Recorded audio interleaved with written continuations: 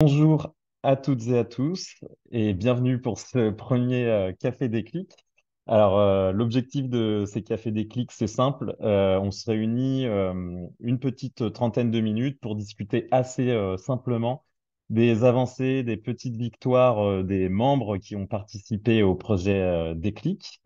Et donc, pour inaugurer ce premier café, on a l'honneur et le plaisir d'accueillir Céline Ferry, donc directrice de la Luciole, une salle de concert située à Alençon, qui va nous partager une avancée significative, une action qui a été mise en place, notamment sur la question des mobilités culturelles, et la mise en place de l'expérimentation de nouvelles lignes de bus.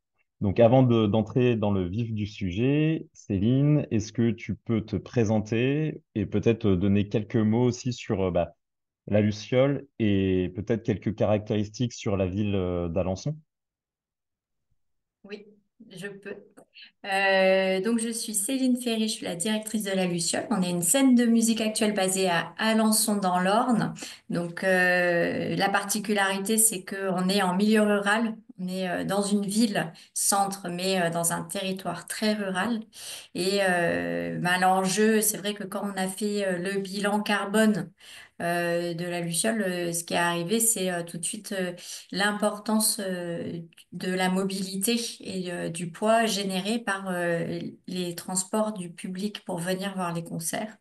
Après, ce qui était bien, c'est quand on a vu tout ça mis en parallèle avec la mobilité dans les autres projets, en fait, ça se rejoignait. C'est une particularité en fait des musiques actuelles. Et de fait, on s'est dit que c'était le premier à prendre en compte pour essayer de s'améliorer. Donc la manière dont on s'y est pris, c'est que ce qui a vraiment fait levier, c'est que nous, on a une mise à disposition des locaux par la ville. Et donc à ce titre-là, on les a sollicités pour leur accord pour postuler à des clics. Donc c'est vrai que le fait de leur demander, ça a permis de les mettre, de les rendre acteurs du suivi. On a demandé au service culturel, avec qui on est en lien sur le projet de la Luciole, au service bâtiment, qu'on voit régulièrement pour le suivi du bâti. Et il y a un service qui est le service développement durable.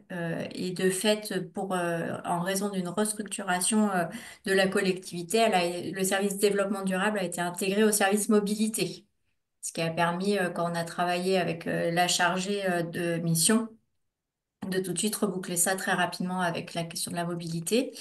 On a C'est- mis en place, ouais, Céline, peut-être avant justement d'entrer dans ces différentes étapes et la manière dont tu as initié le dialogue avec ces différents interlocuteurs, est-ce que tu peux nous donner juste deux, trois éléments de contexte sur Alençon, par exemple la taille de la ville, est-ce qu'il y avait déjà des transports enfin, autour de la salle, est-ce que la taille aussi de la salle, peut-être deux ouais, ou trois petits éléments? ouais, ok. Donc à Alençon, il y a 25 000 habitants. Sur le territoire de la communauté urbaine, 56 000 habitants.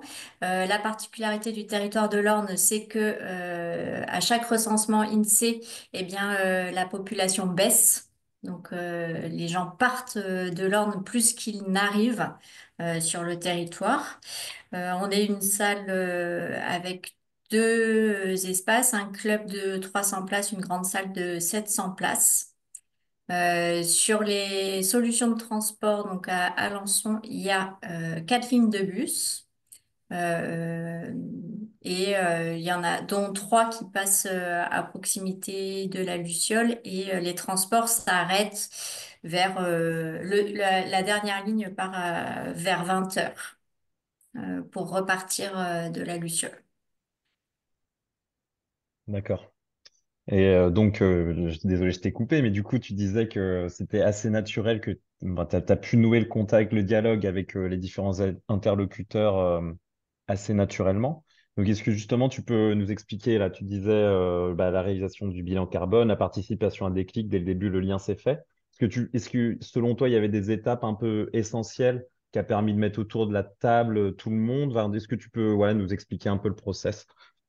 Eh bien, comme d'une part, il a fallu solliciter leur accord pour postuler à des clics, ce qui était bien par rapport au timing d'une collectivité, c'était l'anticipation. C'est-à-dire que je suis pas arrivée à la production du bilan pour leur présenter les chiffres, mais c'est-à-dire que je leur en ai parlé euh, avant, au moment où on a su que la Luciole était retenue, et ensuite sur les différentes étapes, on a pu les tenir au courant. Donc c'est-à-dire que par rapport au timing des associations qui peuvent être plus réactives, par rapport à une collectivité, ben, on s'est quand même inscrit sur un temps long. Et quand on a eu le bilan carbone et le projet collectif de déclic, c'est-à-dire que je suis pas arrivée en tant que directrice de la Luciole qui dit ben, je voudrais un bus. C'est-à-dire qu'on a pu objectiver des chiffres propres aux musiques actuelles. On a pu montrer un bilan carbone qui est quand même, bah, c'est quand même costaud comme matière produite sur la Luciole pour ensuite dire bah, quelles étaient, à notre sens, les priorités sur la mise en transition et un plan d'action. Et il y a des choses que j'ai pu montrer qui étaient de la responsabilité de la Luciole et sur lesquelles on décidé d'avancer. Par exemple, sur la mobilité, on a pris l'option covoiturage sur le logiciel de billetterie Soticket. Donc ça, c'est payant. Et on a pu leur montrer qu'on le faisait parce qu'on voulait que les gens covoiturent. Ils ont pu s'inscrire dans un plan de communication plus global. Donc, ils ont quand même été attirés par le fait qu'on puisse parler des initiatives de la collectivité sur une entrée un peu plus relayée que ce qu'ils auraient pu dans leurs créneaux généraux. Et, euh, et on a pu travailler sur la possibilité de créer une ligne de bus. Donc ça, c'est vraiment une action qui a été importante pour nous, dans le sens où on a créé quelque chose en prenant le temps de faire un diagnostic de territoire. C'est-à-dire qu'on n'a pas, quand on a voulu créer cette ligne-là, on a contacté toutes nos structures partenaires. Donc, on a beaucoup d'internats, collèges, lycées, structures du champ social et du champ médico-social pour voir, pour venir à la Luciole, le frein du transport avait déjà été identifié et en leur disant qu'on avait cette solution et qu'on souhaitait leur apporter, ben, on a pu dessiner une ligne qui permettait d'être à proximité de leur structure sur la desserte. Comme on travaille pas mal avec les centres sociaux, on s'est aussi arrêté devant chaque centre social, ce qui nous permet aussi d'être clairement dans les quartiers. Donc, de penser bien par le relais du centre social à s'arrêter dans chaque quartier d'Alençon et à un point de desserte aussi en centre-ville. Donc voilà, donc cette ligne, elle s'appelle la Luciole Express. On a fait deux expérimentations. Là, on a fait un retour en bus en novembre et un en décembre. Ils souhaitaient mettre en place cette expérimentation pour voir s'il y avait un besoin avant de décider de reconduire ou pas. Donc, on a eu quand même en tout cinq inscriptions d'internat qui se sont déplacées. Pour les internats, la loi, elle a changé là, depuis la rentrée, c'est-à-dire que les profs n'ont plus le droit de véhiculer leurs élèves dans leur véhicule individuel. Donc nous, dès le mois de juin, il y avait des profs qui nous avaient dit qu'ils viendraient plus. On a pu leur proposer une solution pour revenir. Donc ils se sont inscrits tout de suite. Et ils se sont inscrits quand on leur a dit que c'était une expérimentation pour justement que ça puisse être reconduit. Donc on a eu quand même pas mal de soutien, ça c'était important. Bon, un petit bémol, c'est que le deuxième retour, c'était le jour de la grève, là, le 5 décembre. Donc il y a des établissements qui ont annulé le jour même. Mais on a expliqué qu'il y avait quand même une raison de contexte. Et suite à ça, là, aujourd'hui, la régie de bus a posé dans son appel d'offres pour 2025 la reconduction des lignes de transport sur la Luciole. Et on attend que ce soit soumis au vote de la collectivité le 17 décembre. Donc, on en saura plus deuxième quinzaine de décembre pour voir si l'expérimentation est reconduite. Ce qui est bien, c'est que nous, ça nous a permis de rencontrer quand même la régie de bus et de pouvoir poser des questions clairement sur des cas concrets. Là, par exemple, on va faire une soirée électro en février jusqu'à 5 heures du matin. Il n'y a pas de transport en commun à 5 heures du matin à Alençon. Comment on fait pour que les personnes rentrent chez elles? Et quand j'ai ma demande de dérogation, j'ai le capitaine de la police qui m'appelle pour me dire comment je sécurise le retour des personnes et que ben j'ai aucune solution si ce n'est à faire une offre incitative sur le covoiturage, on va mettre en place une action là-dessus, bah, je m'adresse à eux pour savoir s'il n'y a pas du transport à la demande, de la ligne de bus à mettre en place à 5 heures du matin pour ramener les gens chez eux. Donc ça crée du dialogue, on peut remonter des besoins, on n'a pas encore des solutions et on n'a rien de garanti, mais ce qui est sûr, c'est qu'on est en bonne communication. Euh, Grâce à tout ce travail de déclic, en fait. C'est aussi le temps qui a été nécessaire pour Déclic qui a permis de créer du lien, donner du suivi.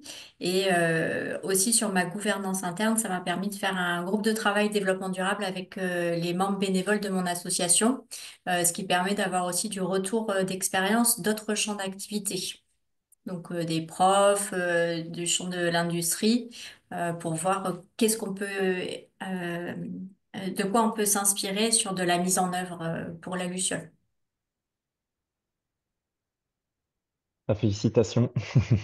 Moi, je voulais revenir, tu es passé assez rapidement sur tu sais, la phase plutôt de diagnostic sur les besoins en transport. Ça, j'imagine que ça s'est fait donc évidemment en amont. Mais est-ce que vous étiez intégré directement dès le début à cette phase de diagnostic? Est-ce qu'il y avait aussi d'autres acteurs culturels d'Alençon? Comment ça s'est mis en place et qui en était à l'initiative? Oui, alors cette phase-là, on s'est rencontré avec la régie des bus. Ils nous ont demandé quelle ligne créer. Donc on a eu complètement l'attitude sur les points de desserte et le trajet. La contrainte, c'était que le trajet ne soit pas quand même trop long. Là, la ligne de bus retour entre la Luciole et le dernier point de dépôt, ça fait 45 minutes. C'est le max. Il faut pas non plus que les gens mettent 1 heure à rentrer chez eux. Euh, Ils ont déjà eu des expériences sur le sujet. Par exemple, ils avaient créé une ligne de bus à l'occasion du carnaval pour faire venir tous les quartiers vers le centre-ville. Donc, ils ont pu aussi nous faire bénéficier de leur expérience. Et nous, ensuite, on a fait un questionnaire à toutes nos structures partenaires. Donc, on travaille pas mal avec les établissements scolaires et le champ social, le champ médico-social. Par exemple, là, sur la ligne de bus de décembre, ce qui était intéressant, c'est qu'on a travaillé avec le CADA. Et le CADA travaille avec des personnes qui sont demandeurs d'asile et qui ont des appartements un peu partout dans la ville d'Alençon. Donc, on n'a pas juste un point de dépose comme si c'était un internat, c'est qu'il faut qu'on garantisse que euh, tous les hébergements puissent avoir un point de dépose à proximité. Donc, en les questionnant par avance, eh ben, le jour où on le met en place, on a déjà des réponses opérationnelles. Ok, donc, si on pouvait un peu faire le résumé là, tu vois, du calendrier entre le moment où vous savez que vous participez à Déclic, donc vous en informez vos partenaires, donc ça c'est plutôt début 2023. Est-ce que là tu as en tête les grandes phases, donc participation officielle au projet Déclic, réalisation du bilan carbone, la date de fin, présentation des résultats aux partenaires. Est-ce que tu peux enfin, voilà, nous résumer un petit peu, c'est juste sur le calendrier, les jalons comme ça, est-ce que tu les as en tête ou pas? Parce que là, je te pose la question, mais c'est sur Bah, quand est-ce qu'il a fallu postuler? C'était en 2022 qu'on a postulé C'était pour... en fin d'année Ouais. 2022 et on a Mm. validé, on a lancé le projet officiellement en février 23. Donc là, à ce moment-là, vous saviez que vous participiez. Donc j'imagine qu'ensuite, vous avez pu partager l'information aux partenaires. Mm. Et votre bilan carbone, je sais plus à quelle date vous l'avez finalisé. Euh, Ouais. Bah, j'ai C'est fait des entre décembre courriers. et janvier, généralement. Ouais, Mm. J'ai fait les courriers de demande d'accord pour participer à Déclic. Je crois que c'était au mois de septembre. parce qu'il fallait postuler à la rentrée. Donc j'ai fait ça au mois de septembre. Quand ils ont donné leur accord, on a postulé. Ensuite, on a fait le bilan carbone. Moi, à chaque fois que j'ai fait des rencontres avec la mairie, je leur ai donné des points d'étape. Ensuite, c'était en 2023 que le bilan carbone a été rendu. J'ai demandé à Mathieu de Ecodev de venir sur la présentation des résultats en interne pour l'équipe. Donc, il y a eu une phase de présentation des résultats, sachant qu'il y avait une phase collective aussi de mise en œuvre du bilan carbone. Donc, tout le monde de l'équipe est venu pour voir qu'est-ce que ça allait être le bilan carbone, présentation, introduction, répartition des missions. Et on a rebouclé à la production des résultats, pareil en collectif, avec la mise en place des priorités et des préconisations à mettre en œuvre. De ce résultat-là, j'ai demandé à Mathieu de Ecodev de revenir pour la présentation générale ainsi que les préconisations par l'équipe dans mon GT développement durable, mon GT de l'association, et dans mes rouages internes, le GT présente en conseil d'administration un plan d'action donc qui a été validé en avril 2024. Et suite à ça, à chaque fois, j'ai invité le service développement durable sur toutes les étapes. Et suite à ça, on a pu s'adresser officiellement à la collectivité pour la mise en œuvre du plan d'action voté et validé par la Luciole. Ok.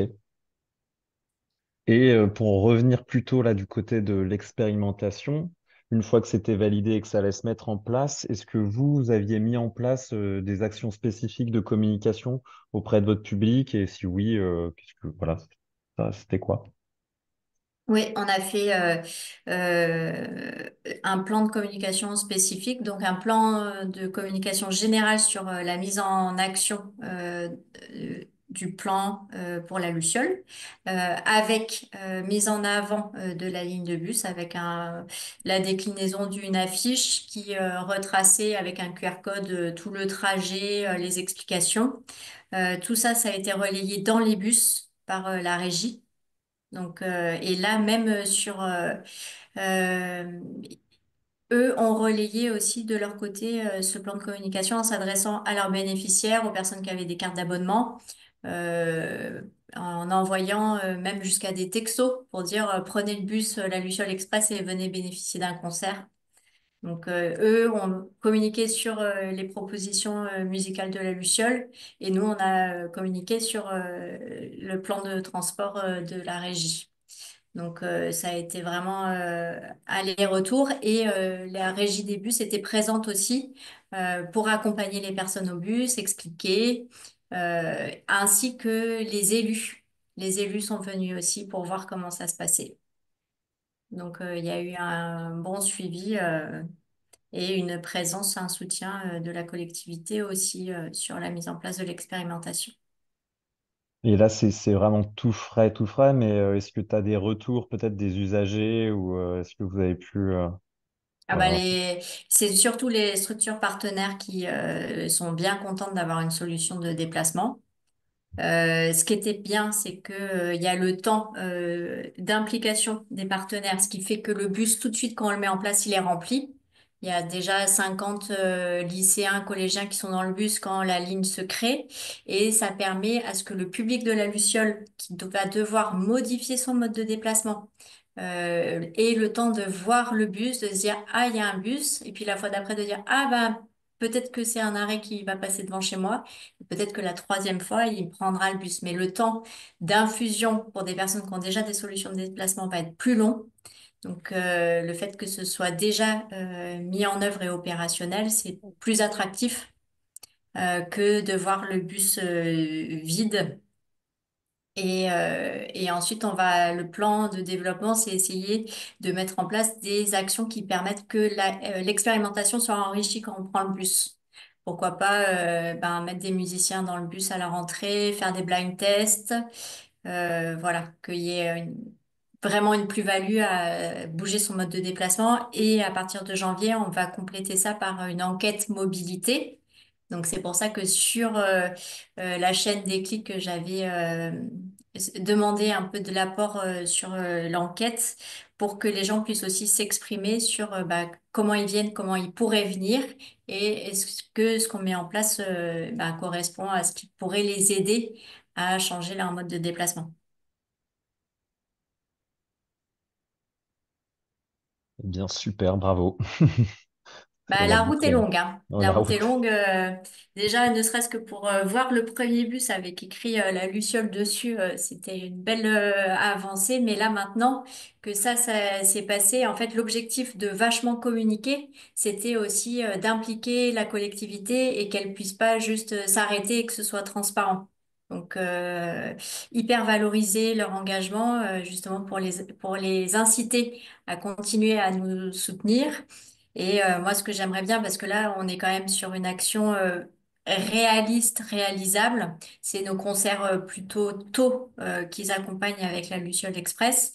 Mais ce que j'ai besoin de mettre en place pour la suite, c'est des solutions de transport sur mes typologies rap où je vais avoir des jeunes qui n'ont pas le permis pour leur permettre de venir et de repartir. Et sur mes soirées électro, des transports très tôt pour accompagner le public à la fermeture des portes.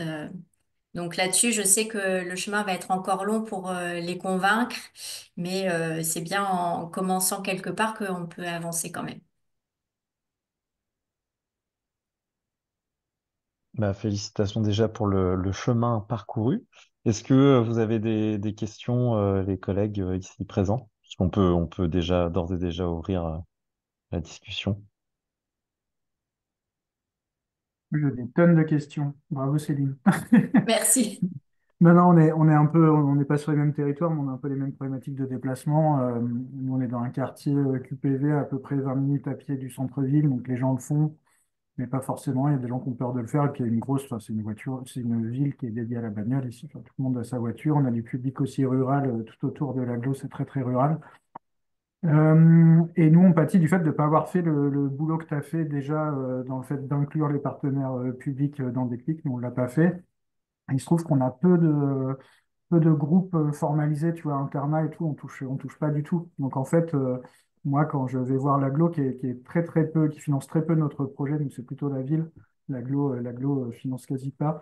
On me sort une calculatrice et on me dit ça représente X centaines d'euros par personne. Et en fait, tu vois, le temps d'adaptation dont tu parles, tu vois, dont on va devoir faire le public pour changer ses modes de transport, moi, ça va être, pour eux, ça va être impossible à assumer parce qu'ils vont me dire, enfin, pour l'instant, c'est les premiers retours. En gros, ça coûte trop cher. Et puis, c'est peut-être des gens qui ont moins de notions du service public que par chez toi, je sais pas. En tout cas, pour l'instant, ils sont pas très. On a du mal on a du mal à les emporter là-dessus. Pour tout dire, ils ont même du mal à bosser avec un rock, alors que c'est quand même vachement plus simple. Un rock, en gros, c'est pendant 3 jours, c'est central, machin. Alors nous, quand on leur dit, bah, des fois, il y aura des concerts le lundi, des fois, il y en a le samedi, le dimanche, ça les rend fous. Des fois, effectivement, on termine à 5 heures du mat, des fois, c'est plus tôt. Donc voilà, merci pour l'inspiration, parce que pour l'instant, nous, on a un peu du mal à s'en sortir. Et clairement, nous, c'est l'enjeu principal sur la mobilité. Enfin, c'est une évidence et on est à côté. Et ils sont en train de faire une nouvelle ligne au niveau de service qui coûte des millions d'euros et qui va être terminée en début d'année prochaine à côté d'un centre commercial qui vient de fermer. Enfin, tout est génial en termes d'utilisation du territoire. Enfin, voilà, ça va être un peu compliqué de les embarquer, mais ça donne des pistes en tout cas. Donc, merci pour la présentation. Et je me demandais aussi ouais, si tu avais négocié un nombre de bus là, à l'année ou si, enfin, comment tu le gères là pour l'instant d'un point de vue purement pratique là, sur ton année 2025? Je sais que sur l'année 2025, ils ont demandé la reconduction sur 10 trajets et on en a fait deux en 2024.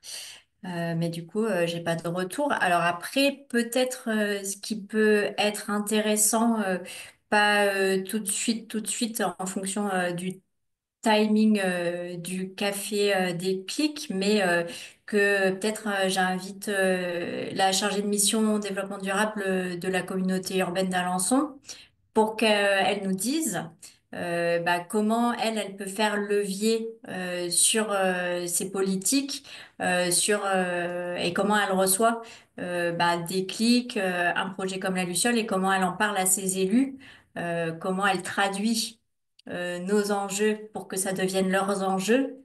Euh, Peut-être que ça pourrait nous être utile pour voir comment ça pourrait faire ce chemin-là aussi auprès de vos politiques. Ouais, et puis je pensais même dans l'autre sens à t'inviter possiblement sur un rendez-vous avec l'aglo chez nous, juste pour voilà, partage d'expérience, ça peut marcher sur un autre territoire et c'est utile, quoi. Oui, bah carrément. En tout cas, là-dessus, il n'y a pas de souci. Et je sais que moi, quand j'ai rencontré la régie, je leur ai parlé de l'expérience du Gueulard Plus à Nivlanche, où ils mettent en place des blind tests sur la ligne de bus pour les études du site universitaire jusqu'à chez eux. Et je sais que quand je les ai mis en relation la régie de leur territoire avec ma régie pour qu'ils voient les modalités pratiques appliquées à leur transport. Donc, de permettre la mise en réseau aussi de pouvoir partager les expériences des différents territoires, ça peut aussi les aider pour les inspirer, carrément. Saint-Brieuc, t'as combien d'habitants, François? On dit 45 000 à 45 Saint-Brieuc, mais 000. après, tu as une agglo qui fait pas loin de 150 000. Ouais. Il y a quand même il y a quand même plus de 4 lignes de bus, quoi. Mais nous, le dernier, c'est 21 heures, quoi.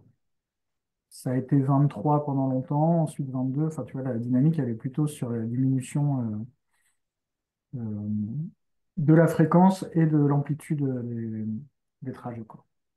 Qui nous a permis de rebondir, c'était la recherche d'attractivité de la régie. Parce que c'est pareil, il y a moins de monde qui prend le bus. Chez nous, clairement, c'est que les gens qui n'ont pas de voiture. Parce que dès que tu as une voiture, c'est beaucoup plus simple et beaucoup plus rapide d'aller d'un point A à un point B sur des petites villes comme ça. Et donc, eux s'appuyaient sur l'attractivité de la Luciole pour rendre attractif aussi leur projet. Ça les intéresse. Clairement, j'ai senti qu'ils étaient super contents de travailler avec nous et de bénéficier de nos relais de communication. Ouais, ouais, clairement, la semaine dernière, on était en rendez-vous, enfin en atelier avec notamment la star à Rennes pendant les transmusicales, qui nous expliquait à quel point ça a permis aussi de changer l'image de la star, donc la régie de transport sur cet événement, quoi. Donc eux aussi, ils ont un réel intérêt à attirer les gens sur des moments festifs ou en tout cas conviviaux pour changer, essayer de changer en tout cas les habitudes. Mais nous, Donc, ce serait intéressant aussi, Céline, à terme, qu'on puisse avoir ce retour-là sur est-ce que eux, alors je sais, c'est quoi le nom de, je sais plus comment il s'appelle du coup, la régie de transport elle s'appelle euh, Alto. Alto, si Alto justement voit à terme, bon, je pense que là c'est des effets à très long terme qu'il faut essayer de mesurer, mais si ça augmente à nouveau la fréquentation des lignes d'une manière générale à Alençon, quoi. Bah oui. Déjà, je peux dire que depuis que je travaille avec Alto, je prends le bus.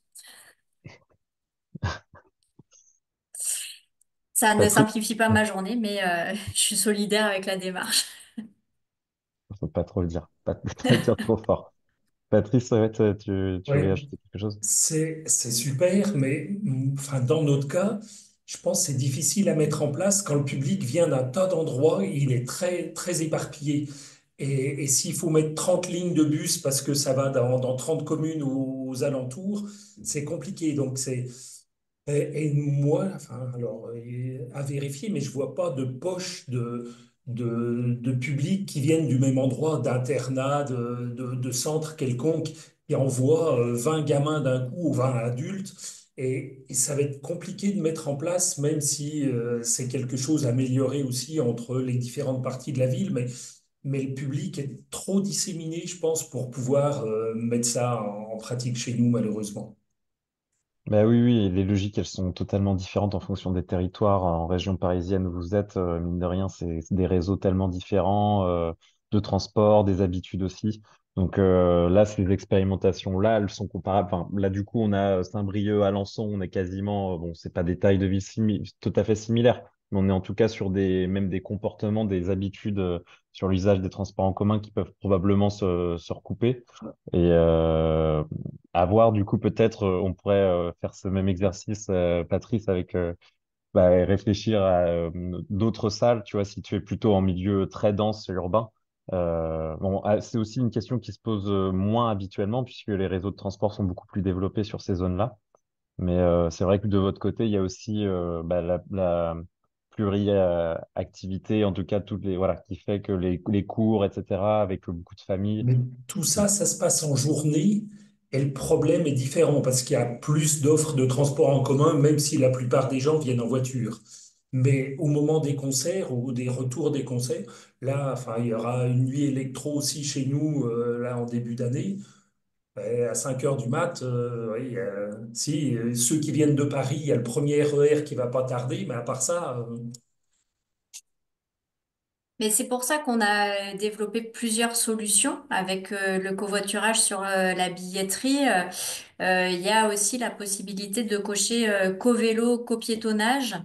Nous, quand on avait causé de l'accessibilité de la Luciole, parce qu'on a aussi un GT sur l'accessibilité, il y a des personnes qui disaient qu'elles n'étaient pas à l'aise de venir toutes seules la nuit, se déplacer seules. Eh ben, le fait de covoiturer ou de cocher de venir ensemble, ça peut aussi sécuriser les transports de certaines personnes, les aider aussi à se rencontrer. Et ça se met en place des fois de manière un peu étonnante. Quand il y a eu le gros épisode de neige, on a maintenu notre concert et les gens ont co-piétonné. Ils sont venus ensemble dans la neige, ils ont laissé les voitures. Le fait qu'on ait communiqué dessus, je pense que ça les a encouragés à y penser dans un cas particulier. Donc, amener les gens à s'interroger, peut-être que ça bougera quelque chose plus tard euh, que ça pourra faire naître aussi d'autres idées qui nous permettront de nous inspirer pour la suite. Ouais, le copiétonnage, là, nous, ça marche aussi. Enfin, ça marche bien sur le retour. Ouais, bah, c'est vraiment une solution de pauvre, hein, pour le coup. C'est vraiment, on ne savait pas quoi faire, donc on s'est dit, bah, juste un panneau, un petit point accueil au vestiaire. Et c'est vrai qu'en règle générale, les gens l'utilisent pas mal, quoi. Et nous, c'est sur le vélo, par contre, où c'est un peu plus bougé. C'était un des axes. On n'avait que très peu d'appui vélo. Et alors là, on a réussi à embarquer la ville, qui est, pour le coup, propriétaire du bâtiment, premier financeur, et qui était ravi qu'on fasse un bilan carbone d'un bâtiment qui lui appartienne et que ça lui coûte zéro. Et donc, on a multiplié par 4 ou 5 le nombre d'appuis vélo, donc ça, c'est déjà pas mal aussi. Euh, c'est pas encore une grosse réussite, mais voilà, c'est aussi un axe important, quoi. Je vois l'heure qui défile. On s'était fixé midi, midi et demi. On reviendra de toute façon, on réorganisera des temps comme celui-ci pour échanger là sur nos avancées, enfin vos avancées. En tout cas, merci beaucoup Céline pour ce premier témoignage. En tout cas, c'est pas une petite avancée puisque c'est l'enjeu numéro 1 et vous êtes en train d'y répondre.